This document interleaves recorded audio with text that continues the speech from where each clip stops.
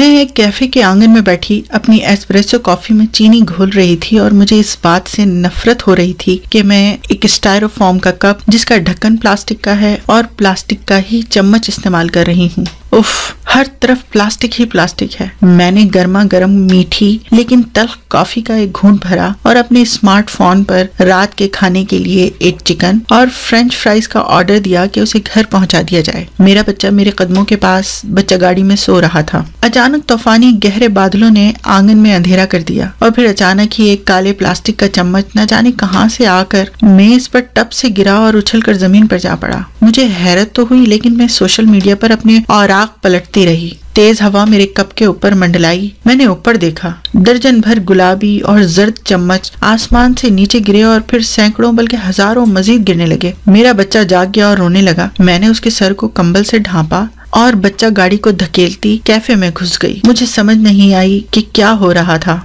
मैंने खौफ से राहगीरों को देखा जो चम्मचों को ठुड्डे मारते हुए रास्ते के अतराफ में फेंकते हुए चल रहे थे। गाड़ियों के टायर उन्हें कुचल रहे थे, ट्रक उन्हें चूरा चूरा करते गुजर रहे थे और जब ये चम्मच साइकिलों के पहियों में फंसकर उनका तवाजुन बिगाड़ देते तो साइकिल चलाने वाले एक दूसरे से टकरा जाते। पास के दफ्तरों में काम करने वाले लोग खिड़कियों के पास जमा थे और इस दिल दहलाने वाले मंजर को मुंह खोले हैरानी से देख रहे थे। मामला और बिगड़ता गया। प्लास्टिक की छुरियां, कांटे, स्पंज, प्लास्टिक से बनी धूप रोकने वाली ऐनकें भी ऊपर से नीचे बरसने लगीं। मछली पकड़ने वाले जालों ने तो और भी गंद मचा दिया था। ये लोगों पर ऐसे गिरे जैसे शिकारी उन्हें जंगली जानवरों पर फेंकते हैं। मेरे खावंद ने मुझे एयरपोर्ट से फोन करके बताया कि उसके जहाज की रवानगी ताखीर पर डाल दी गई है। ये रनवे पर चलने के काबिल नहीं और फिजाओं में उड़ने से कासिर है। मैं होटल में कमरा लेने जा रहा हूँ और वहाँ इंतजार करूंगा कि ये भद्दी और अजीब बारिश या ये जो कुछ भी है खत्म हो जाए। मैंने उसे दिलासा दिया कि बच्चा और मैं दोनों कैफे में महफूज हैं, लेकिन मुझे मालूम नहीं कि हम घर वापस कैसे जाएंगे। मैं भी कैफे चलाने वालों के साथ टेलीविजन पर नजरें जमाए खड़ी थी, जिस पर मेयर सबको छतों तले रहने का हुक्म दे रहा था। मुख्तलिफ बैनुल अक़वामी न्यूज मीडिया वाले ये बता रहे थे कि प्लास्टिक की ये मूसलाधार बारिश यूरोप, एशिया, हिंदुस्तान, जनूबी और शुमाली अमेरिका बल्कि सब जगह हो रही थी और कोई देहात, ज़राई इलाका और कोई पहाड़ उसकी जद से नहीं बचा था। सारी दुनिया साकित और जामिद होकर रह गई थी कि मनों और टनों के हिसाब से प्लास्टिक के मलबे ने जमीन की सतह को ढांप लिया था। ब्रेकिंग न्यूज में एक दुखानी जहाज से दिखाई जाने वाली वीडियो में नजर आ रहा था कि शुमाली बहरुल काहिल में 1 से 2 मिलियन मुरब्बा किलोमीटर का प्लास्टिक का एक जजीरा दायरे में घूम रहा था, जिसमें से पानी की धारें ऊपर की तरफ उठ रही थी। मौसमियात के माहिरीन का कहना था कि ये धारें स्याह जामनी रंग के बादल बना रही थीं, जिनमें ये कचरा भरा हुआ था और ये बादल जेट जहाजों की सी तेज रफ्तारी से बर्रे आज़मों की तरफ चले जा रहे थे। इसी तरह के 4 प्लास्टिक के जजीरे जो जनूबी बहरुल काहिल, बहरे हिंद और शुमाली और जनूबी बहरे औक़यानूस में थे, पानी की ऐसी ही धारें ऊपर उछाल रहे थे। ये सब भी प्लास्टिक के मलबे से भरी हुई थी। मैंने बच्चे को उठाया और उसे गले से लगाकर प्यार किया। हालांकि इस वक्त मुझे दिलासे की ज्यादा जरूरत थी। कैफे में एक नौजवान ने मुझे दावत दी कि वो मुझे और मेरे बच्चे को अपनी बड़ी छतरी तले साथ चलते हुए घर पहुंचा सकता था। हम हिफाजत से घर तो पहुंच गए,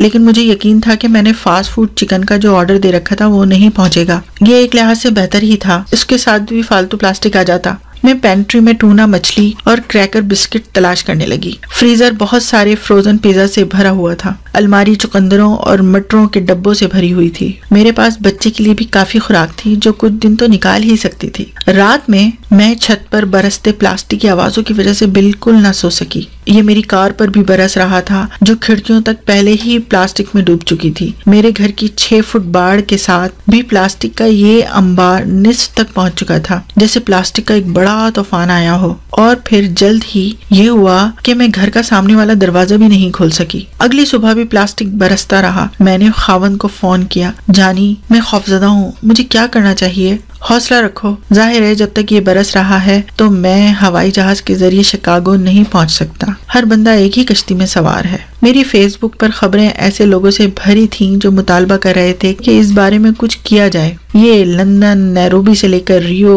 और नई दिल्ली तक के लोग थे। नामवर माहिरीन बहरियात मुल्कों के सरबराहों को बता रहे थे कि इस सूरत हाल का वाहिद हल ये है कि साहिलों पर प्लास्टिक के मलबों के ढेर न लगाए जाएं। गंदा प्लास्टिक लाखों लोगों को बीमार कर रहा है। मुझे भी बीमार होने का एहसास होने लगा और मैं इस बात पर भी परेशान हुई कि मेरा बच्चा भी बीमार हो सकता है। अक़वाम मुत्तहिदा ने मुल्कों के सरबराहान का एक हंगामी इजलास बुलाया और उन्हें कहा कि वो समंदरों में प्लास्टिक फेंकने के अमल को रोकें और अपने दरियाओं पर ऐसी रुकावटें तामीर करें जो प्लास्टिक के मलबे और कचरे को समंदरों में जाने से पहले ही रोक सके। बच्चे को सुलाने के बाद मैंने टीवी ऑन किया। हुक्काम ऐसे मंसूबे बना रहे थे कि ऐसी तमाम फैक्ट्रियों को जबरन बंद कर दिया जाए जो प्लास्टिक के खिलौने, ट्रक, गुड़िया, विटामिन की प्लास्टिक बोतलें, टूथब्रश, कंघियां बनाती थीं। इनमें वो फैक्ट्रियां भी शामिल थीं जो प्लास्टिक की जूतियां, कॉस्ट्यूम ज्वेलरी, प्लास्टिक हैंगर, कपड़े टांगने वाली चटखनियां, प्लास्टिक की तारें, प्लग, प्लास्टिक के पेन, स्कॉच टेप, प्लास्टिक के गमले,